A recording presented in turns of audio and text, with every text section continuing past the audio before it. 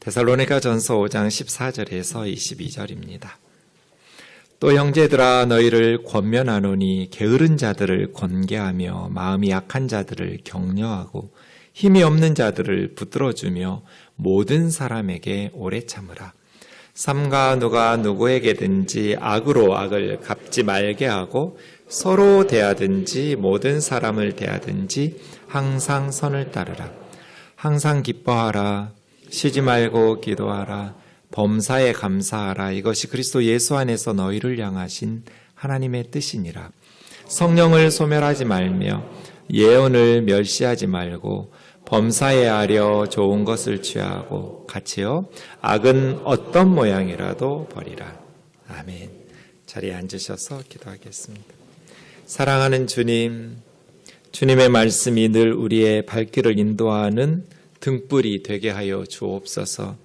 주시는 말씀으로 또 한 주간을 살아가오니 말씀의 은혜로 인도하셔서 믿음으로 승리하며 살아갈 수 있도록 붙들어 주옵소서.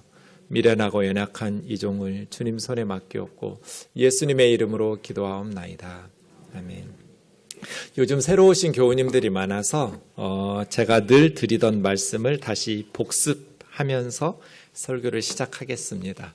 기존에 있는 성도님들에게는 익숙한 말씀이어야지 처음 듣는 말인데 이렇게 생각하시면 안 됩니다.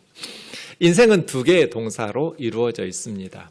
이 두 개의 동사에 대한 반응과 선택에 따라서 인생이 결정됩니다. 달라져요. 첫 번째 동사는 믿는다이고요. 두 번째 동사는 산다라는 동사입니다.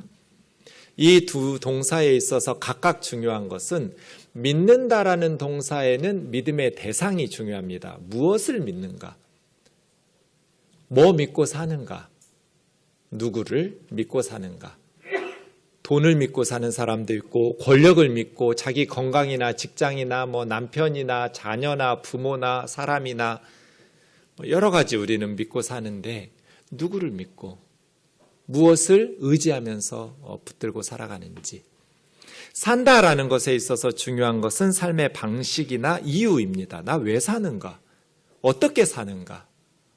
이것이 중요합니다. 이 두 가지에 대한 정답을 요한일서 3장 23절에 해놓았어요. 같이 읽겠습니다. 시작. 그의 계명은 이것이니 곧 그 아들 예수 그리스도의 이름을 믿고 그가 우리에게 주신 계명대로 서로 사랑할 것이니라. 앞에 나오는 그는 하나님이고 세 번째 줄에 나오는 그는 예수 그리스도입니다. 하나님의 계명은 두 가지예요. 첫 번째, 하나님의 아들 예수 그리스도의 이름을 믿는 것. 그리고 예수 그리스도께서 우리에게 주신 계명, 내가 너희를 사랑한 것 같이 너희도 서로 사랑하라. 이 예수님의 명령이죠.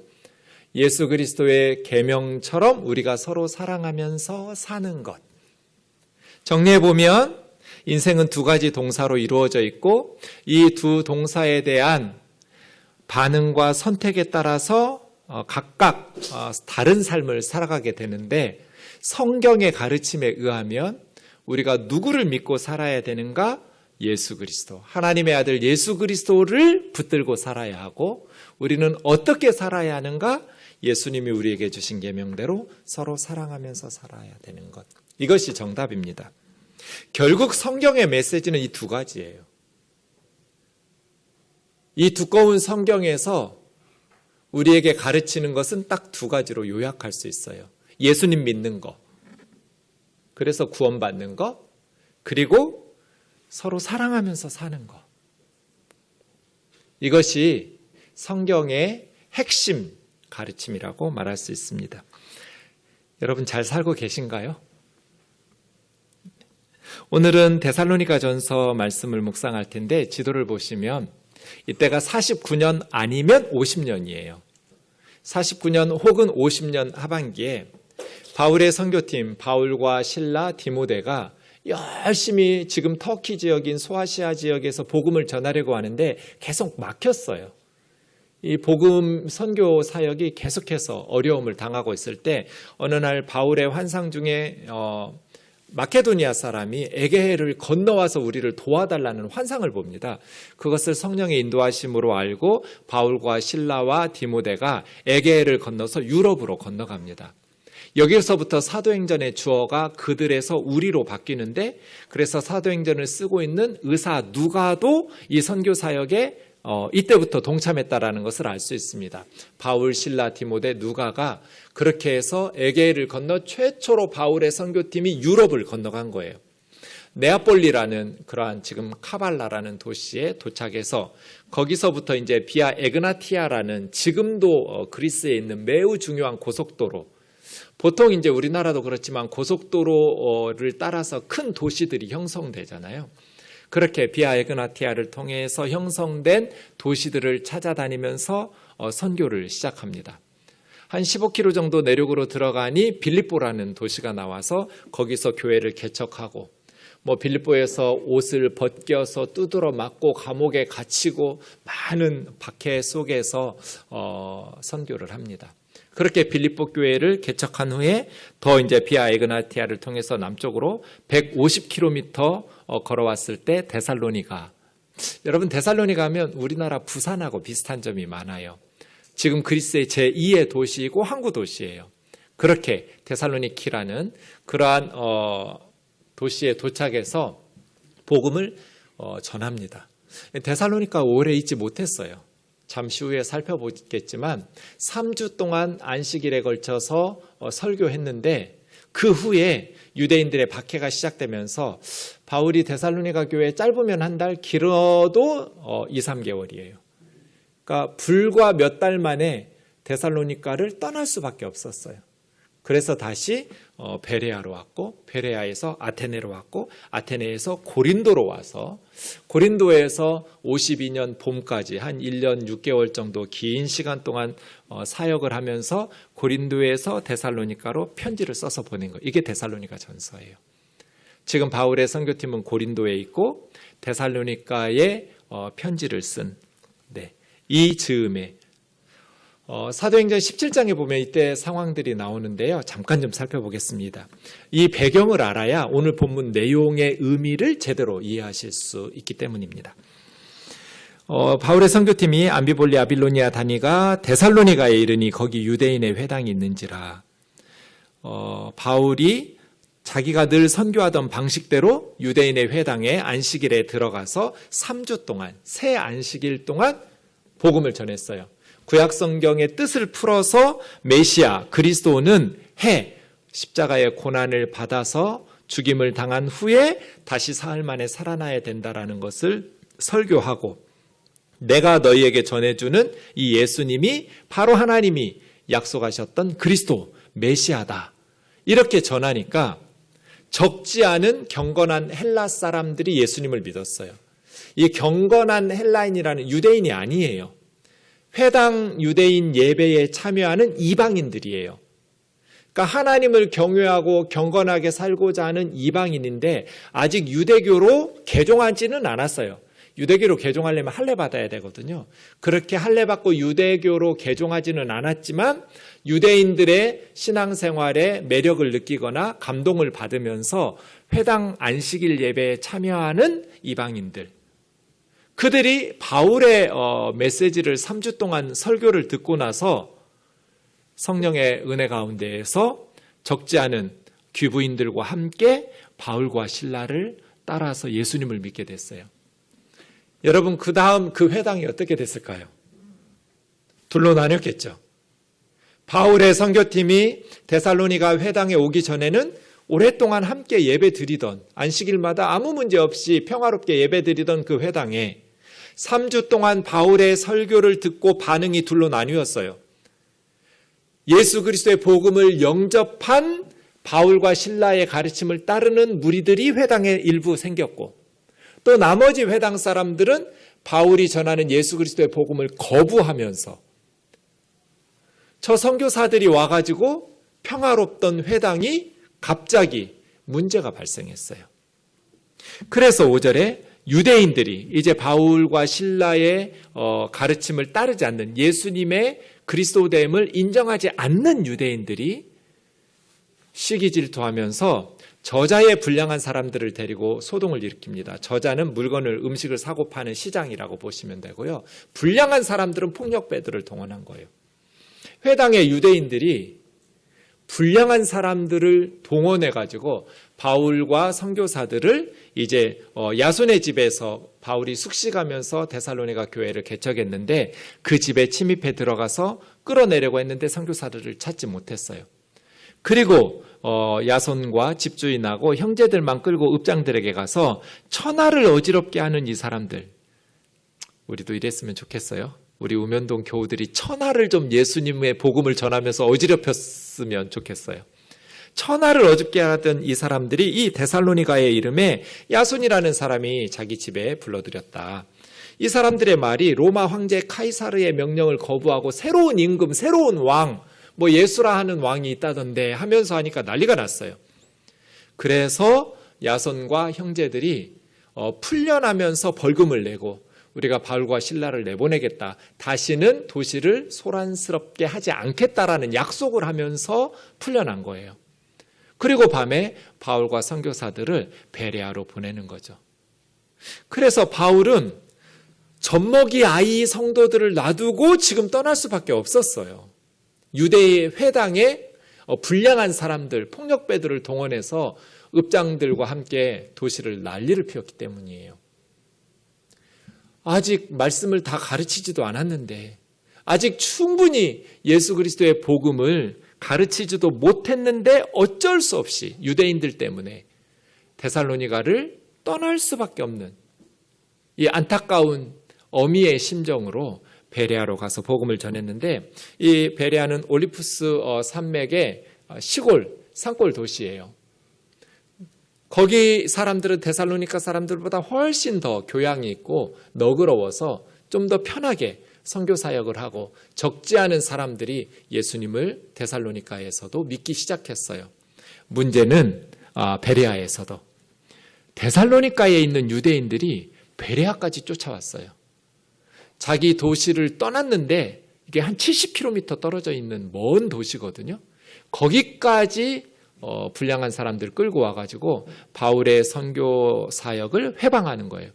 할 수 없이 베레아에서도 바울의 선교팀이 이제 아테네로 320km 떨어진 아테네로 왔고, 거기서 다시 고린도로 와서 안정적으로 1년 6개월 정도 복음을 전하고 있을 때 편지를 쓴 겁니다.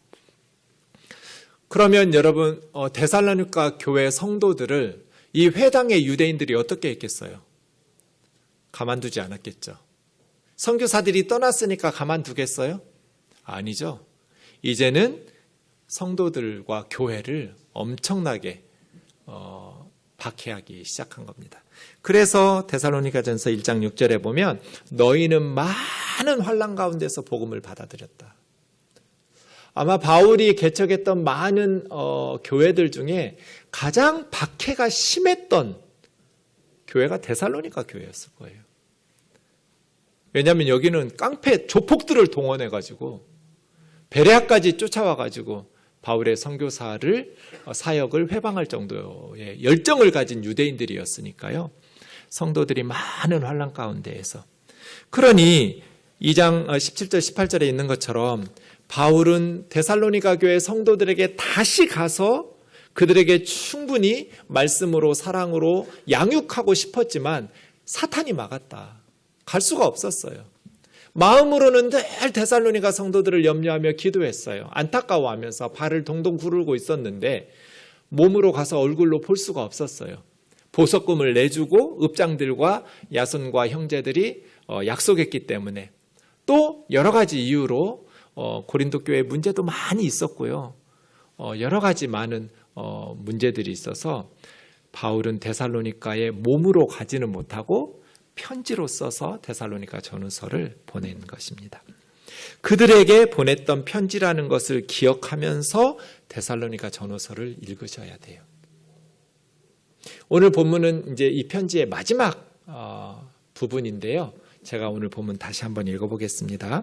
형제들아 너희를 권면하노니 게으른 자들을 권계하며 마음 약한 자들을 격려하고 힘이 없는 자들을 붙들어주며 모든 사람에게 오래 참으라. 삼가 누가 누구에게든지 악으로 악을 갚지 말게 하고 서로 대하든지 모든 사람을 대하든지 항상 선을 따르라. 항상 기뻐하라, 쉬지 말고 기도하라, 범사에 감사하라. 이것이 그리스도 예수 안에서 너희를 향하신 하나님의 뜻이니라.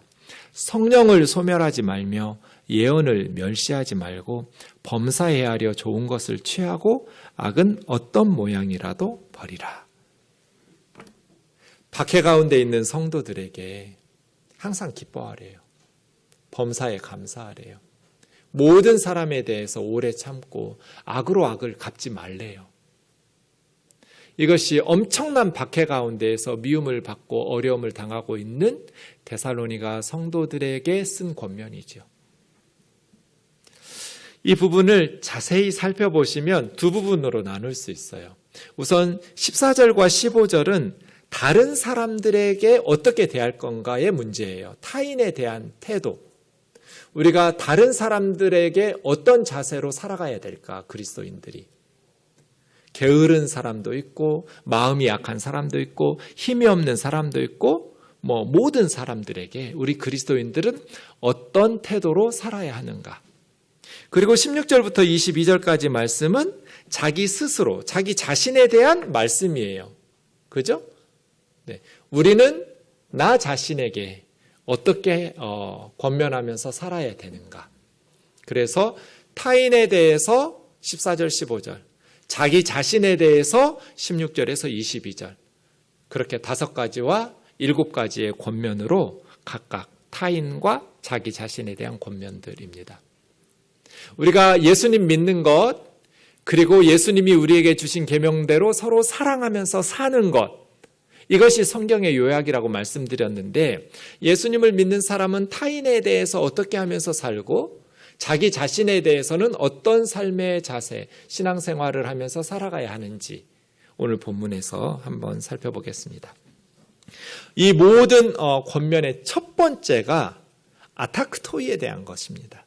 게으른 자들. 아타크토스, 게으르다. 이것이 이제 복수 형태가 되면 아타크토이가 됩니다.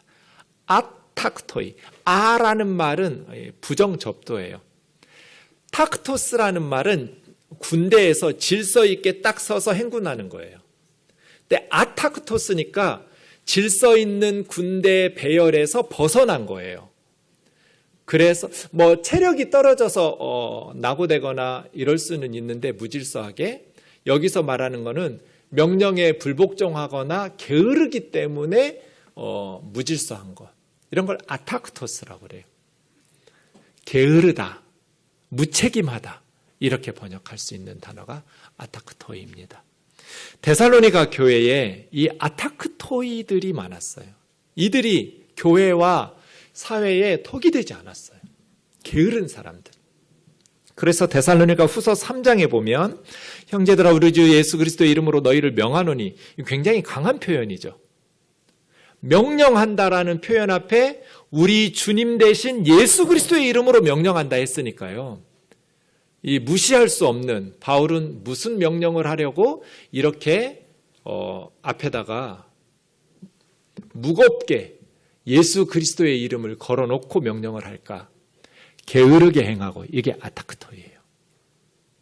게으르게 행하고 우리 선교사들에게 배운 전통대로 행하지 않는 성도들을 멀리하라. 어떻게 우리를 본받아야 할지 너희가 스스로 아나니 우리가 너희 가운데 복음 전하면서 선교할 때 무질서하고 게으르게 아타크토스 하지 않았다는 거예요. 8절, 누구에게서든지 음식을 값없이 얻어먹지 않았고 수고하고 애써서 밤낮으로, 낮에만 일하지 않고 야간 작업까지 해가면서, 이때 이제 야순이라는 집에 있을 때 숙박비 주고요. 성도의 집이었지만 숙식비를 다 값을 제공하면서, 바울은 육체노동 텐트 메이커니까요. 짐승 가죽을 육체노동 해가면서 직접 일을 하면서 선교사들이 사역비와 생계비를 자비량으로 감당하면서 데살로니가에서 선교한 거예요. 9절에 있는 것처럼 선교사로서 권리가 없는 것 아니지만 교회와 성도들로부터 후원 받아가지고 사역에만 집중하면서 편하게 그렇게 선교할 수도 있었지만, 폐를 끼치지 않으려고, 그리고 성도들이 선교사들의 삶을 본받게 하려고. 왜냐하면 바울이 사역하던 그 시대는 우리나라 조선시대처럼 육체노동을 천시했어요. 그래서 로마 시민권자들은 육체노동을 기피하고 그걸 멸시했기 때문에, 그럼 어떻게 돼요? 일은 안 하고, 그럼 누군가가 일하는 사람들에게 폐를 끼치면서 살 수밖에 없잖아요. 선교사들이나 목회자들이 그런 사람들이 많았어요. 예나 지금이나. 자기들은 일은 안 하고 돈벌이는 안 하고 그냥 가족이나 아니면 성도들에게 교회에 폐를 끼치면서 그렇게 살아가는 사람들. 그 모습을 보여주기 싫어서 바울의 선교팀은 자비량 선교 사역을 하면서 밤낮 주야로 수고했다라는 말은 코피아우라는 단어인데요. 이 헬라 말은 코피나게 힘들게 일할 때 코피아우라고 그래요. 그냥 보통 수고한 거 아니에요.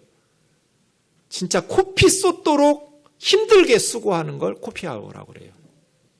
코피아우 하면서 애써서 너희에게 일하면서 아무 성도에게도 패끼치 하지 않아요. 교회에 패끼치지 않으려고 우리가 본이 되어서 일했다. 그래서 너희에게 있을 때도 누구든지 일하기 싫어하거든 먹지도 말게 하라고. 그러니까 로마 시대의 가치관과 문화를 뒤집어 엎은 거죠. 바울의 선교팀이 오기 전에 데살로니가에는 일하지 않으면서 얻어먹고 패끼치면서 사는 성도들이 많았어요. 어떤 후원자들에게 기대어가지고 게으르게 사는 아타크토이들이 많았다고요. 그런데 바울이 그 모습을 고치는 새로운 기독교인의 문화를 만들고 새로운 가르침으로. 왜냐하면 우리 예수님이 육체 노동자잖아요. 목수니까요. 바울이 또 선교사들이 직접 육체 노동은 천시 받을 것이 아니다. 노동이라는 것은 숭고한 것이라고. 왕 같은 제사장으로 우리를 부르셨다고. 만인이 다 제사장과 같이 존귀한 하나님의 일꾼들이라고 가르치면서 누구든지 일하기 싫어하거든 밥 주지도 말라고. 이렇게 가르친 거예요. 그런데도 불구하고 데살로니가 교회에는 계속해서 게으른 사람들, 아타크토스 하는 사람들이 있었던 거예요. 사랑하는 자매 형제 여러분, 너희 가운데 게으르게 행하여 도무지 일은 안 하고 일을 만들어내기만 하는 자들, 우리가 명령하고 주 예수 그리스도 안에서 권하기를 조용히 일해라. 자기가 수고하여 번 양식으로 먹고 살아라. 그래야 교회가 욕먹지 않죠. 교회 다니더니 변했어. 데살로니가 교회를 다니더니 새 사람이 되었어. 예전에는 일은 안 하고 게으르게 살면서 맨날 다른 사람들에게 민폐만 끼치더니 교회 다니기 시작하더니 이제 열심히 일하기 시작했어. 체면이고 명예고 다 내려놓고 뭐 로마 시민권자니 뭐니 다 내려놓고 열심히 일하는 거야. 그래서 아이들과 가족을 돌보고 또 가난하고 병들고 어려운 고아와 과부들을 돌보고 챙기고, 그래야 복음이 전파될 거잖아요. 게으른 자들, 이 게으른 자들을 권계하라. 이게 첫 번째예요. 권계라는 것은 가르쳐서 고치란 뜻이에요. 게으른 사람들 방치하지 말고, 우리 우면동 교회에서는 게으르게 사는 성도가 없기를 주의 이름으로 축원합니다. 목사님, 난 늙어가지고 일 못해요. 게으르면 안 됩니다. 어떻게 하면 돼요? 기도로. 내가 육신은 늙어가지고 일할 수는 없지만 주님이 나를 천국으로 부르시지 않는 건 뭔가 사명이 있기 때문이잖아요. 그러면 열심히 기도하셔야죠. 게으르시면 안 되죠. 게으른 자들은 반드시. 그래서 가나안 농군학교에 김용기 장로님은 그 농군학교 입구에 돌들이 깔려 있었는데 돌들도 다 세워놨대요. 자빠져 누워있지 마. 이래서 절대로 게으르지 마라. 그리스도인은 게으르면 안 된다. 하나님께서 우리에게 주신 권면 두 가지. 예수 믿는 것, 그리고 서로 사랑하는 것. 여러분, 어떻게 사랑할 수 있어요? 어떻게 교회를 사랑해요? 저 우리 교회 사랑해요. 그럼 목사 어떻게 해야 돼요? 열심히 성도들 위해서 교회에서 기도하고, 열심히 설교 준비하고, 열심히 성도들 돌아보면서 믿음을 붙들어줘야죠. 사랑하니까. 그래서요? 게으르면 안 되죠. 가정을 사랑해요. 여기서 우리 가족 사랑하지 않는 사람이 누가 있어요? 다 자기 가정 사랑해요. 여기서 우리 아이들 사랑하지 않는 사람 누가 있어요? 다 애들 사랑해요. 근데 정말 사랑해요? 사랑해요. 진심으로 사랑해요. 맞아요. 근데 그래서 스스로 속여요. 하나님이 우리 사랑했어요. 맞아요. 그래서요? 독생자 예수 그리스도를 십자가에 내주셨어요. 우리가 교회를 사랑하고 가정을 사랑한다면 열심히 게으르지 않게 실력을 기르고 열심히 기도하면서 열심히 일할 거예요. 그래야 우리 아이들을 사랑하는 거예요. 제가 거듭 자주 말씀드린 예화잖아요. 제가 전도사하던 첫 해에 우리 청년이 친구를 전도해 왔어요. 처음 교회 와가지고 모임 끝나고 얼굴이 뻘개져가지고 막 화를 내면서 앞으로 나왔어요. 전도사님 얘기 좀 합시다. 얘기하자. 청년들 다 집으로 돌아가고 둘이 앉아서 한참 얘기했어요. 나 오늘 교회 처음 친구 따라왔는데 너무 화가 나가지고 설교를 들을 수가 없었다고. 왜? 왜 하나님 아버지 그러네요? 성경에 하나님 아버지라고 그러니까 그냥 하나님이라고 그러지 하나님 어머니라고 하든지. 듣고 보니 아버지는 도박에 알코올 중독자예요. 어머니는 새벽부터 저녁까지 투잡 쓰리잡을 해요. 자기와 여동생을 가르치느라고. 근데 아버지는 술 먹고 노름해서 다 돈 날리고 나서 맨날 어머니한테 돈 달라고 그래요. 어머니가 애들 가르쳐야 된다, 학원비 내야 된다, 학비 내야 된다 하면 술 먹고 와서 엄마를 두드러 패요. 아버지가 어머니를 두드러 팰 때 아들이 아버지를 죽이고 싶어요. 근데 아들이 아버지를 죽일 수 없잖아요. 그러니 나는 몇 년 안에 자살할 거라고 처음 만난 전도사한테 한 말이에요. 나는 살 수가 없다고. 그래서 제가 그 아버지 만났잖아요. 당신 아들 자살 안 된다. 당신 때문에.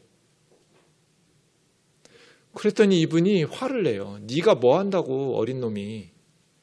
내가 우리 애들을 얼마나 사랑하는데. 내가 우리 가족을 얼마나 사랑하는데. 내가 사업에서 돈 벌어서 뭐 하겠어. 우리 식구들 호강시켜 주려고 그러지. 도박을 사업이라고 그러더라고요.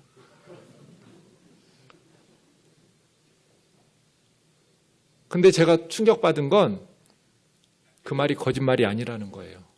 진심이에요. 그래서 스스로를 속이는 거예요. 그 아버지는 진짜 아이들을 사랑했어요. 진심으로 자기 가족을 사랑해요.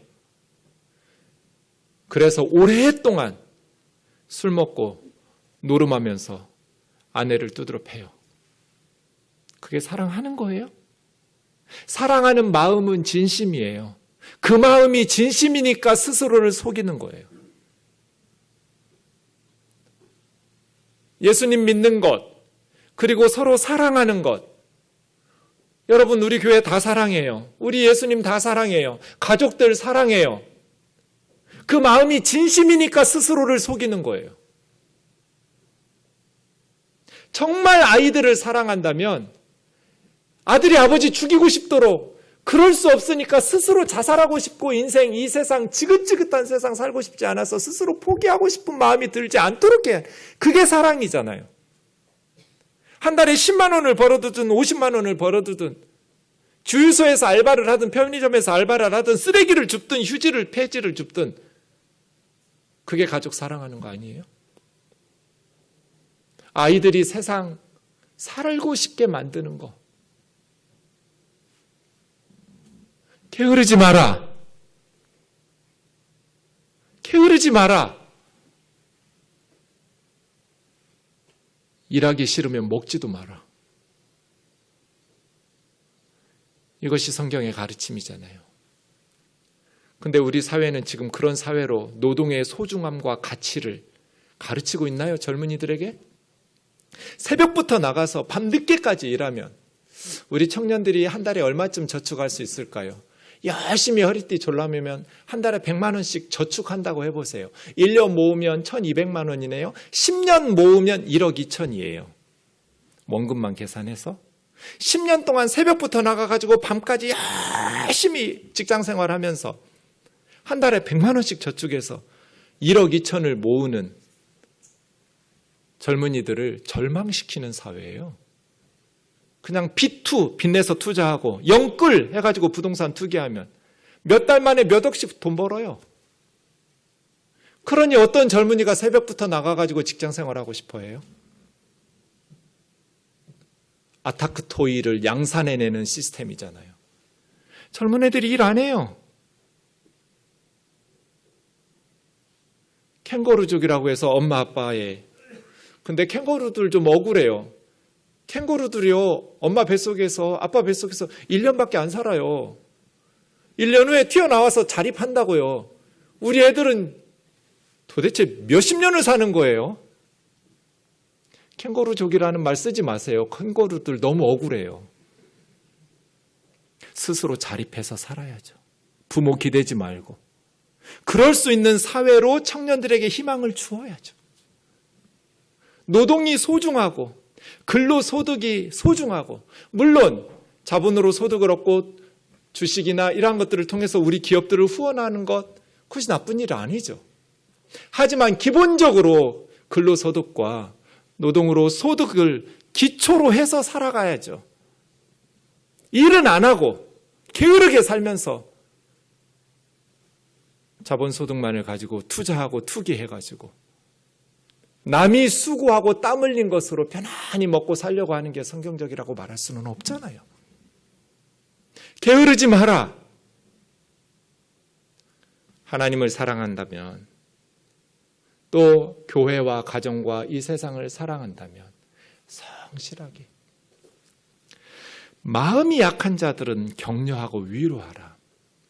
마음이 약한 사람들, 그래서 늘 불안해하는 사람들, 자신감이 없는 사람들, 늘 두려움 가운데 사는 사람들, 교회에 있죠. 다양해요. 교회에 모이는 사람들은. 그럼 마음이 약한 사람들을 믿음 없다고 손가락질을 하지 말고 격려해 주라는 거예요. 그러면 어떻게 돼요? 건강해져요. 마음이 튼튼해져요. 힘이 없는 사람들, 특별히 믿음에 힘이 없어서, 힘이 없으니까 이렇게 주저앉는 거예요. 자꾸. 왜 모종을 심으면 힘이 없으니까 땅바닥으로 쓰러지잖아요. 그때 어떻게 해요? 쇠 막두기나 나뭇가지를 땅에다가 받아가지고 튼튼한 애에다 묶어줘서 붙들어주죠. 이 붙들어주는 거 그런 거예요. 그렇게 하면 이제 그 힘없던 모종들이 스스로 강해지면서 이제 기대했던 것들을 없애도 스스로 설 수 있게 되죠. 그렇게 붙들어주라는 거예요. 마태복음 12장에서 예수님께서 상한 갈대를 꺾지 마라. 꺼져가는 심지를 끄지 마라. 상한 갈대 어디다 써먹어요? 꺼져가는 심지 그거 어디다 써먹어요? 뭔 도움이 돼요? 그런데 꺾지 말고 끄지 않고 예수님이 하신 것처럼 교회는 활활 다시 타오를 수 있도록 붙들어주라는 거예요. 별 도움 안 된다. 이렇게 무시하고 포기하고 가지 말고 마음이 약한 자들은 자신감을 가질 수 있도록 용기를 주고, 힘이 없는 자들은 무너지지 않도록 붙들어주고, 그렇게 시간이 지나면 반드시 서게 되거든요. 다시 활활 타올라서 주신 사명 감당할 수 있게 돼요. 네 번째, 모든 사람에게 오래 참으라. 나한테 잘해주는 사람에게만 아니라 모든 사람에게. 삼가 누가 누구에게든지 악으로 악을 갚게 하지 마라. 유대교 회당 사람들이 불량한 사람들, 조폭들 동원해가지고 교회에다가 박해하고 어려움을, 그렇게 악을 행할 때 악으로 갚지 마라. 누군가 악을 행할 때 그 사람이 보복하겠지, 내가 그렇게 악으로 했으니까 악으로 갚겠지라고 기다리고 있는데 악으로 되갚지 않고 선을 베풀면 충격받겠죠. 예수 믿는 사람들은 그렇게 세상에 신선한 충격을 줘야죠. 그런데 이게 쉬워요? 어려워요. 그래서요, 성령 충만해야 돼요.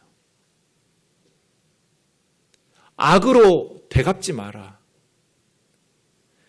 성도들 서로에게 대하든지 아니면 세상의 모든 인류에게, 모든 사람들을 대하든지 항상 선을 따르라. 선을 따르는 것은 이 사냥개가 사냥감을 추적하는 게 따르다예요. 그래서 사냥개가 사냥감을 열심히 쫓아가듯이 선이 가는 것을 열심히 바짝 달라붙어서 따라가고 추구하라는 거예요.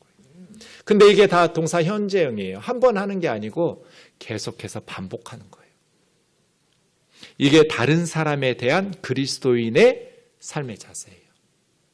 게으른 사람이 있으면 어떻게 해요? 가르쳐서 고쳐줘야 돼요. 마음이 약하고 힘이 없는 사람들은 어떻게 해요? 용기를 주고 격려하고 붙잡아줘서 강하게 스스로 설 수 있도록 도와줘야 돼요. 모든 사람에 대해서 오래 참아야 돼요. 특별히 우리에게 악을 행한 원수들에 대해서 악으로 갚지 말고 오래 참으면서, 이게 사랑이에요. 사랑의 첫 번째 항목이 사랑은 언제나 오래 참고예요. 오래 참는 것. 그게 사랑이에요. 예수는 우리가 믿고 구원은 그들이 받은 거죠. 우리 예수 안 믿었으면 죽었을 텐데 예수 믿고 오래 참는 거죠. 모든 사람에 대해서 항상 선을 따르고 악으로 악을 갚지 마라. 유대교 회당 사람들 악으로 갚지 마라. 로마서 10장에 보면 이스라엘에 대해서 하나님 앞에 간구하면서 바울이 이렇게 고백합니다. 그 유대인들이 하나님에 대한 열심이 있지만 올바른 지식이 없는 열심, 잘못된 열심이라. 예수님을 모르니까 하나님의 의를 모르고 율법을 지켜서 자기 의를 내세우려고 힘써 하나님의 의에 복종하지 않는 안타까움을 가지고 유대인들을 위해서 바울이 기도하고 있죠.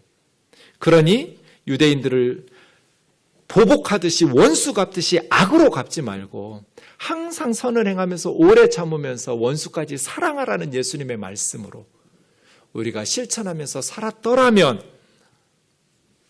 히틀러는 유럽의 유대인 절반을 죽였어요. 정확한 통계는 없지만 600만 명 이상일 것으로 추측되고 있어요. 확인된 인구만, 유대인 학살자 명단만 300만 명이 넘어요. 아마 2차 대전을 독일이 승전했으면 전 세계 유대인들을 찾아가지고 다 학살해서 죽였을 거예요, 히틀러는. 독일 사람들은 그리스도인인데, 기독교 국가였는데, 마틴 루터의 후예들이고 그들의 설교, 종교개혁자들의 설교를 들었던 개신교 국가가 왜 이렇게 유대인들을 학살해 죽였을까요? 히틀러가 미친 사람이어서가 아니에요. 로마 교황청은 오래전부터 중세시대에 유대인들을 정죄하고 유대인들을 향해서 예수님의 살인자들이라고 그러고 또 사탄의 수호자라고 하고 그렇게 유대인들을 비난하면서 유럽 어느 도시에서도 유대인들에게 시민권을 주지 않았어요. 유대인들에게 시민권을 주지 않으니까 교육을 받을 수도 없고 취직을 할 수도 없어서 유대인들은 엄청난 어려움을 당했어요. 중세시대 내내 그랬는데 종교개혁자들이 솔라 스크립투라, 오직 성경을 가지고 중세교회에 부패한 것들을 바로잡았는데 유대인들에 대해서는 바로잡지 못했어요. 마틴 루터도 유대교 회당에 불지르라고 설교하고 유대인들의 거주 이주의 그 권리를 박탈해야 된다고, 유대인들은 이사 다니지 못하도록 막아야 된다고 이런 식으로 설교했어요, 루터도. 그래서 그들의 후예인 히틀러와 독일의 교회와 유럽의, 독일뿐 아니에요, 그리스도인들이 기독교인들을, 중세시대에는 흑사병이 일어나니까 유대인들이 전염병을 퍼뜨렸다고 하고, 유대인들은 어린아이들을 납치해서 살해한다는 헛소문을 퍼뜨려가지고 증오심을 부추기고, 가는 도시들마다 유대인들이 박해를 받았어요. 여러분, 그래서 지금 유대인들은 예수님 안 믿어요. 전 세계가 덧셈할 때는 십자가를 긋는데 이스라엘 애들은 그렇게 안 해요. 모든 나라가 병원의 앰뷸런스는 빨간색 십자가, 적십자를 그리고 사이렌을 울리고 병원으로 급히 가는데, 이스라엘의 앰뷸런스는 십자가를 안 그래요. 기독교인들 십자가 지긋지긋해가지고 다윗의 별 그려놔요. 십자가를 긋지도 않아요. 얼마나 당한 원한이 많으면. 이것이 유대인들의 잘못이에요? 우리 그리스도인들이 하나님의 말씀대로 순종하지 않았기 때문이잖아요. 모든 사람에 대하여 오래 참으라. 악으로 악을 갚지 마라. 그들이 하나님의 의를 모르고 하나님에 대한 열심은 있지만 올바른 지식을 따르지 못하기 때문이기, 그들을 불쌍히 여기고 기도하면서 그들이 예수님 믿고 돌아올 수 있도록 회당에서 박해하고 기독교인들 교회 불지르고 죽이고 고발하고 그렇게 순교시켰는데, 그리스도인들이 보복할 줄 알았는데 사랑으로, 그러면서 충격을 받고 내가 잘못 생각했구나 하면서 예수님 믿게, 그래야 성령님께서 유대인들을 그리스도인 되도록 복음의 열매를 맺게 해주실 거잖아요. 우리 믿음의 선배들이 하나님의 말씀에 순종하지 않으니까. 예수님은 원수까지 사랑하라고 그랬고, 십자가에서도 자기를 십자가에 못 박는 유대인들을 향해서 그들의 죄를 용서해달라고 십자가 위에서 우리 주님은 기도하셨는데, 예수님을 믿는다고 말하는 그리스도인들이 악으로 갚고 몇 배로 더 악하게 유대인들을 학살하고 그들을 죽이니까 어떻게 이스라엘 사람들이 예수님을 믿겠어요? 모든 사람에게 대하여 항상 선을 따르라. 보복하지 마라. 악으로 갚지 마라. 이것이 다른 사람에 대한 우리의 삶의 자세예요. 자신에 대해서 간단히 살펴보겠습니다. 7가지입니다. 항상 기뻐하라. 여러분 자신을 사랑하시죠? 네. 예수님 믿는 것, 사랑하는 것. 여러분 자신을 사랑해서 여러분 자신에게 뭐 하고 있어요? 저도 저를 사랑해요. 그래서 기뻐해요. 항상 기뻐해라. 나를 위해서.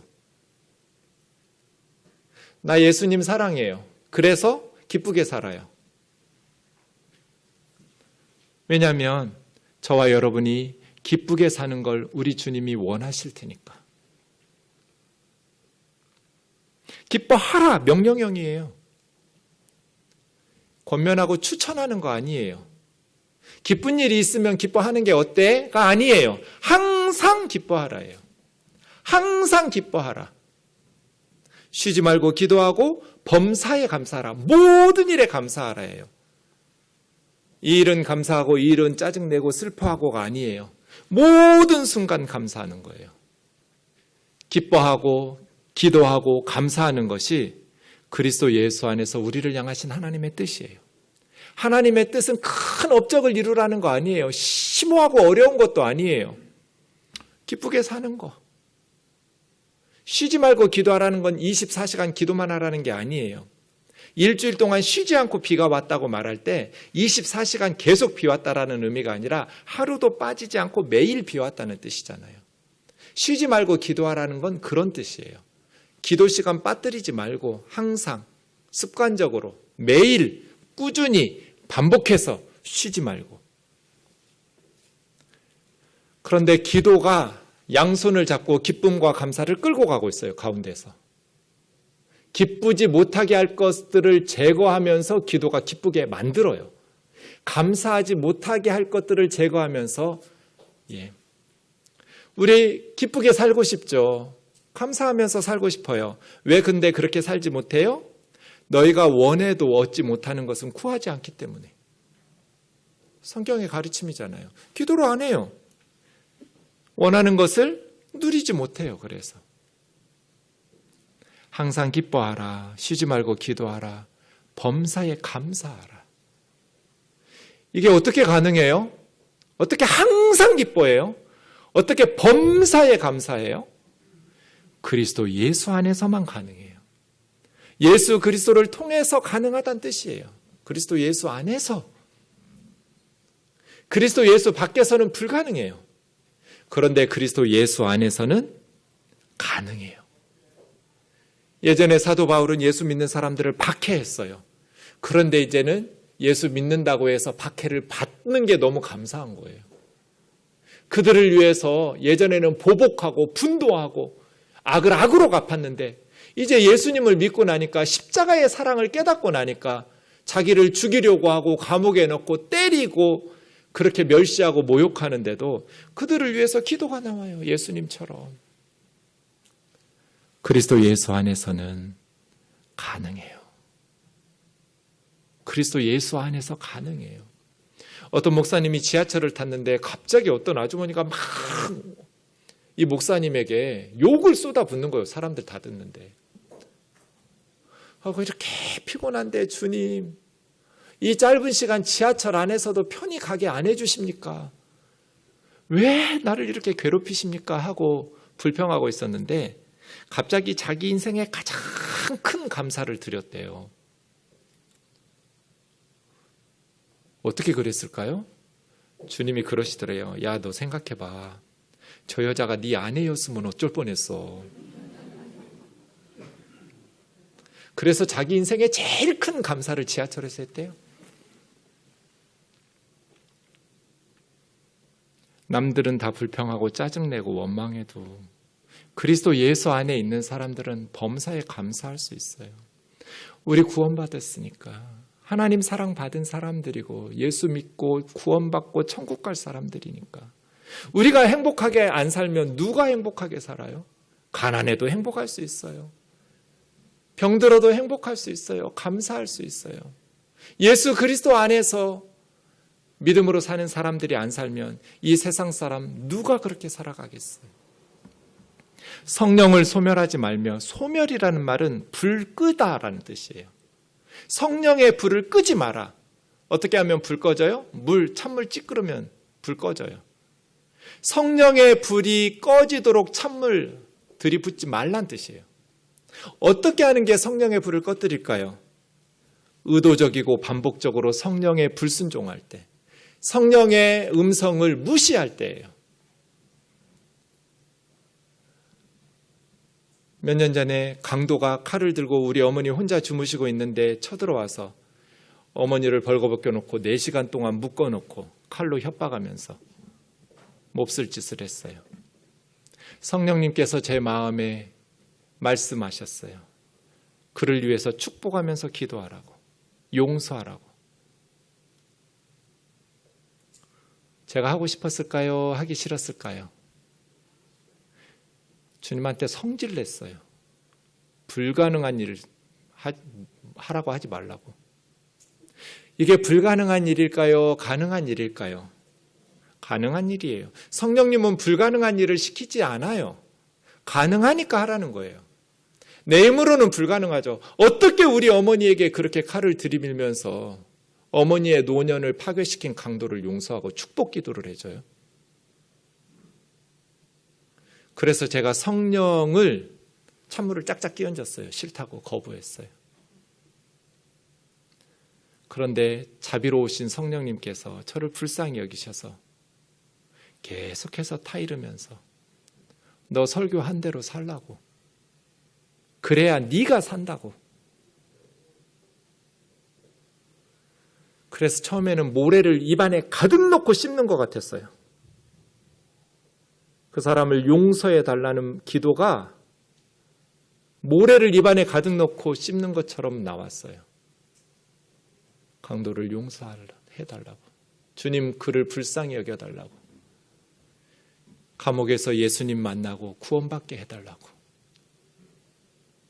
그런데 시간이 지나면서 성령님께 순종하기 시작하니까 나중에는 진심으로 그 기도가, 저는 지금도 기도해요. 그 강도 19년형 받아서 지금 감옥에 있어요. 잡아보니 60살. 나오면 79세예요. 그를 위해서 기도해요. 성령을 소멸하지 마라. 물 들이붓지 마라. 꺼진다. 순종해라. 예언을 멸시하지 마라. 예언은 하나님의 말씀이에요. 성령을 통해서 주시는 하나님의 말씀. 지금 설교하는 게 하나님 말씀이에요. 성경이 하나님 말씀이니까요. 성경을 바르게 해석해서 전하는 설교는 예언이에요. 때로는 성령을 통해서 미래의 예언의 말씀들을 주시기도 해요. 예언의 말씀을 무시하지 마라. 네 생각대로 살지 마라. 말씀대로 살아라. 오늘 설교는 진짜 은혜가 안 되네. 너무 부담스러워. 어떻게 원수를 사랑해? 아니요. 하나님의 말씀을 멸시하지 마라. 그런데 예언이라고 설교라고 해서 영적인 리더의 말이라고 해서 다 따르지 말고 6번 범사에 헤아려 좋은 것을 취해라. 헤아리라는 것은 따져보란 뜻이에요. 이거 금이나 은 같은 것들을 용광로에 넣어가지고 시금해 보는 거예요. 진짜인지 가짜인지. 그렇게 헤아려서 따르라는 거예요. 무조건 설교라고 해서 따르지 말고, 무조건 무슨 영적인 기도 많이 하는 사람의 예언이라고 해서 믿지 말고 성경적으로 바른지 헤아려라. 마지막 7번째는 악은 어떤 모양이라도 버리라. 악한 것은 흉내도 내지 마라.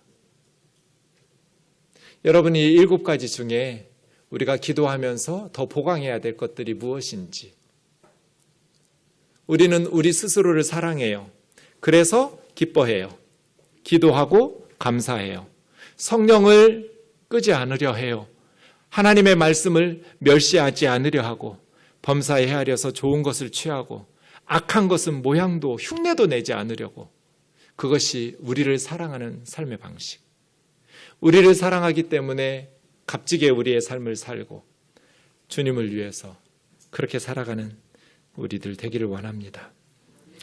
루터의 말을 기억합시다. 재봉사는 옷을 깁는 게 그의 일이에요. 구두 수선공은 구두 수선하는 게 그의 일이에요. 그리스도인은 기도하는 것이 우리 일이에요.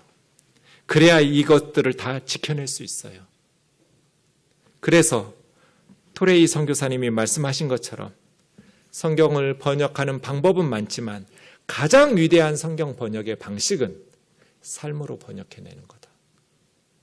저와 여러분의 삶으로 번역해내는 성경이 우리 아이들의 눈앞에, 믿지 않는 세상 사람들 앞에 부끄럽지 않기를 원합니다. 인생은 2가지 동사를 잘하는 것에 따라서 달려 있습니다. 예수님 믿는 것, 그리고 서로 사랑하면서 살아가는 것. 우리 성경에서 가르쳐 주신 교훈대로 예수님 믿고 예수님을 또 이웃을 서로를 사랑하면서 살아가는 우면동 교우들 되기를 주의 이름으로 축원합니다.